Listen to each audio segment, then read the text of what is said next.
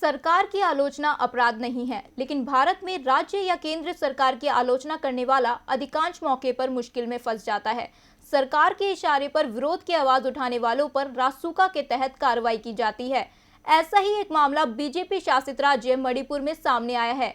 यहाँ दिलचस्प बात यह है कि आलोचना सरकार की नहीं, सत्तारूढ़ पार्टी के नेताओं के बयान की गई थी।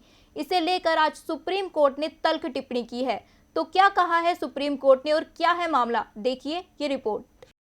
कोरोना की दूसरी लहर ने देश को जबरदस्त नुकसान पहुंचाया। आर्थिक नुकसान तो हुआ ही, साथ ही कई लोगों की जान भी इस दौरान चली गई, जिनमें सांसद, विधायक, मंत्री और बड़े अधिकारी भी शामिल थे। कोरोना की इस लहर का शिकार मणिपुर बीजेपी के प्रमुख एस टिकेंद्र सिंह भी हो गए। इस बीच बीजेपी के कुछ नेताओं की ओर से कोरोना संक्रमण से निपटने के लिए गोबर तथा गौमूत्र के इस्तेमाल की बात कही गई। बीजेपी नेताओं के इन अवैज्ञानिक तथ्यों की आलोचना हर किसी ने की। बीजेपी नेताओं पर गलत जानकारियां फैलाने के आरोप लगे। राजनीतिक कार्यकर्ता इरेंद्रो लिचोमबाम ने इसे लेकर 13 मई को बीजेपी नेताओं के दावों पर सवाल उठाते हुए एक टिप्पणी सोशल मीडिया पर पोस्ट की। लेकिन जब इरेंद्रो को इसे लेकर निशाना बनाया जाने लगा तो उन्होंने 13 मई को ही अपना पोस्ट डिलीट कर दिया।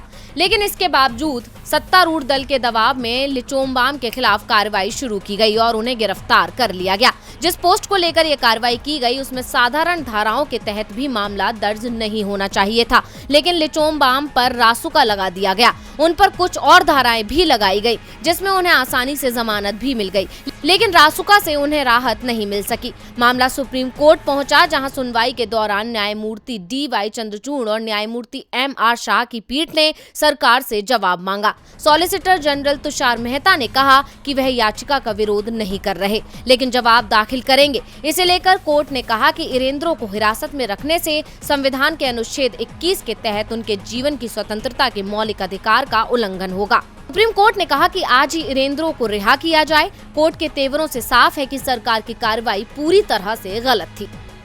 टीवी लाइव की रिपोर्ट।